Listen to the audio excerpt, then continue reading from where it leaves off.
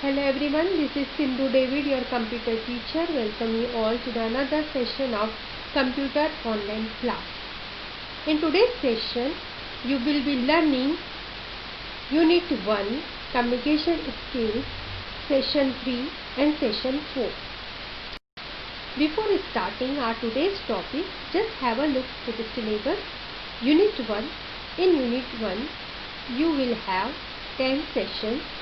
2 already I have completed in my previous video, and in this video I will be teaching session 3 non-verbal communication and session 4 writing skills, parts of speech. So let's start our today's class with the topic non-verbal communication, session 3. In this session you will learn about the non-verbal method of communication, its type and importance. You will learn to use the correct body language like gesture, eye contact, handshake, etc. We will be learning first what is non-verbal communication. Non-verbal communication is the message we send to others without using any words. We send signals and messages to others through expressions, gestures and body postures. As you can see in these pictures, all these are the examples of non-verbal communication: expression, posture, gestures, touch, space, eye contact and paralanguage. We will be learning about all these in detail. In our day-to-day communication, it is observed that most of the communication is done using body movements, face, arms, movements, etc. and voice control, voice, tone, pauses, etc. As we can see in this picture, maximum communication is non-verbal. We communicate using words, tone of voice and body language. Non-verbal communication, exchanging information without words like hand movements or gesture and body language. Example: raising a hand to greet, pointing your finger in anger. Non-verbal communication, exchanging information by expressions. Example: smiling to show happiness, making a sad face when you are upset. Non-verbal communication makes our message stronger. Using the right gesture while speaking makes our message more effective. Knowing non-verbal communication helps us understand our audience reaction and adjust our behavior or communication accordingly. Using the right gesture and posture helps us to be professional at work. If verbal messages are blocked by noise or distance, etc., we can use hand movements to exchange our message.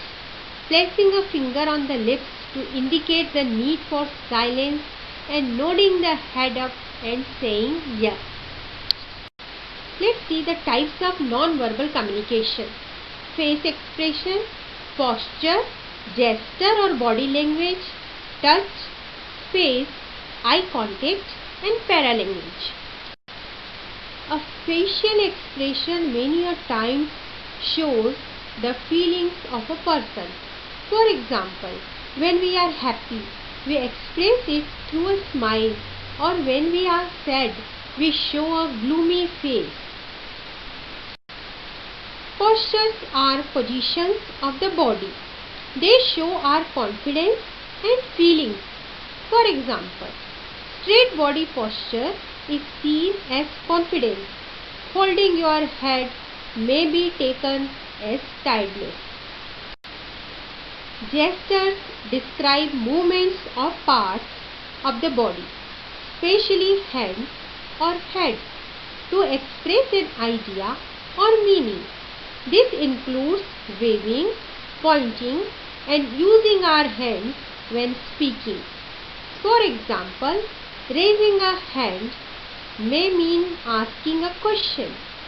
Beating nails show nervousness. We communicate a great deal through our touch, such as shaking hands and patting on the back.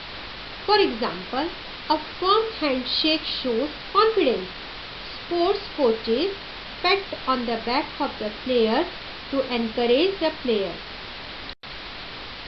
The space between two persons while communicating generally depends on the intimacy or closeness between them. Maintaining an eye contact with the person you are talking indicates interest, whereas looking away can make the other person feel ignored. Paralanguage is the tone of our voice, speed and volume that makes a difference in the meaning of the communication. Speaking too fast may show excitement or nervousness. Speaking too slow may show seriousness, sadness or making a point. Now see the third method of communication, that is visual communication. Another important method of communication is visual communication, which involves sending and understanding messages only through images or pictures. The main advantage of this type of communication is that you do not need to know any particular language for understanding it.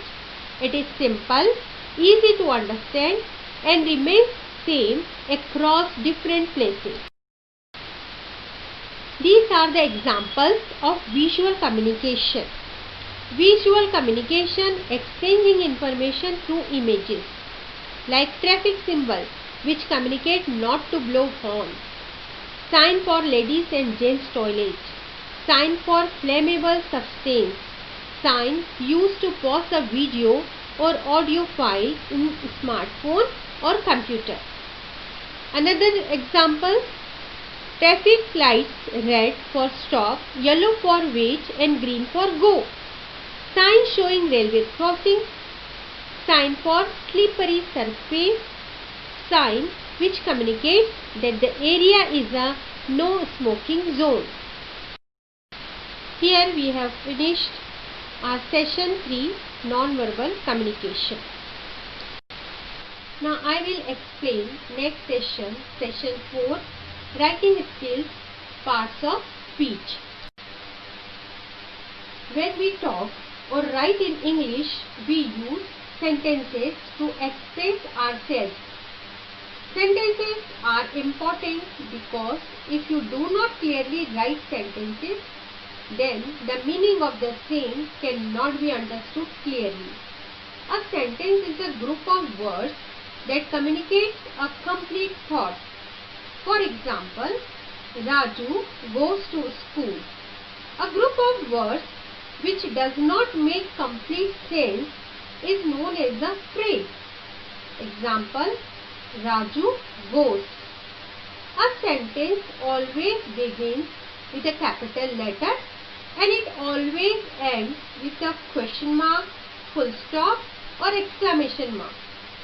Here are the examples. Did you work on your project? I completed it yesterday. That is good. We know that all sentences begin with capital letters. But do you know that what other points in a sentence we should use capital letters? It is easy to know what to capitalize if you remember the word mint. M-I-N-T-S. Mint is a set of simple rules that help you capitalize words correctly. Each letter in the word mint refer to one capitalization rule as shown in the table. Now you can see this table. Capitalization rules M-I-N-T-S. M stand for month. Rule is capitalize the first letter in all the names of months. Example, I will go to college in June. The letter I stand for the letter I.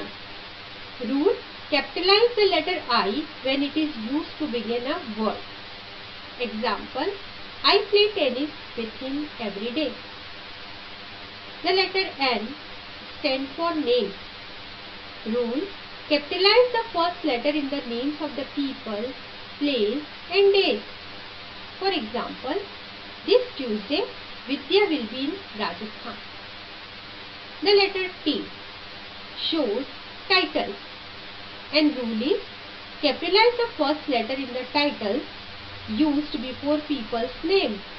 For example, Dr. Shah and Mr. Patel work together. The letter S shows starting letter of sentences. Rule: capitalize the first letter in every sentence. For example, the cat ran out of the house. Punctuation: it is a set of marks such as the full stop and the comma, which help us separate parts of a sentence and explain its meaning. Like uppercase letters, punctuation is also a very important part of sentence and has some rules. Let's learn some of the rules to use the punctuation marks correctly. Full stop shows the end of a sentence, also used to show short form of long words. For example, doctor can be shortened to Dr when we use it as a title before a name. Comma: sometimes we use a comma to indicate a pause in the sentence. We can also use a comma to separate items when we are listing out more than 2 items in a row. Question mark: we use a question mark at the end of a question. Exclamation mark: we use an exclamation mark at the end of a word or a sentence to indicate a strong feeling such as surprise, shock or anger. Apostrophe: we use an apostrophe followed by an S to show that something belongs to someone. We also use an apostrophe to indicate the shortened form of some words in informal speech. There are 8 basic parts of speech in the English language. These are noun, pronoun, verb, adverb, adjective, preposition, conjunction and interjection. The part of speech indicates how the word functions in meaning as well as grammatically within the sentence. Now we will be learning about the different parts of speech one by one. First, nouns. Nouns are words that refer to a person, place, thing or idea. These are naming words. Example: dog, table, India, Sanjay. Pronoun. A pronoun is a word used in place of a noun. Example: I, they, he, you. Adjectives. Adjectives are words that describe other words. Example: small, blue, sharp, loud. Verbs. Verbs are words that show action. Example: run, eat, think, sit. Adverbs. Adverbs are words that add meaning to verbs. Adjectives or other adverbs. They answer the questions how often, when and where. Example: easily, always, inside and before. Now see some of the supporting parts of speech. Articles. The words a, an and the are known as articles. Articles are generally used before nouns. An is used before words with a vowel sound. A is used before nouns with a consonant sound. The is used to refer to specific or particular word. Example, a book, an apple, an umbrella, the sun. Conjunctions. Conjunctions are words that join two nouns, phrases or sentences. Some common conjunctions are and, or, and but. Prepositions. Prepositions connect one word with another to show the relation between them. They usually answer the questions where, when, and how. Some common prepositions are on, at, under, and in. The cat is on the roof. The shop is at the end of the road. Rahul is standing under the tree. I live in Delhi. Interjection.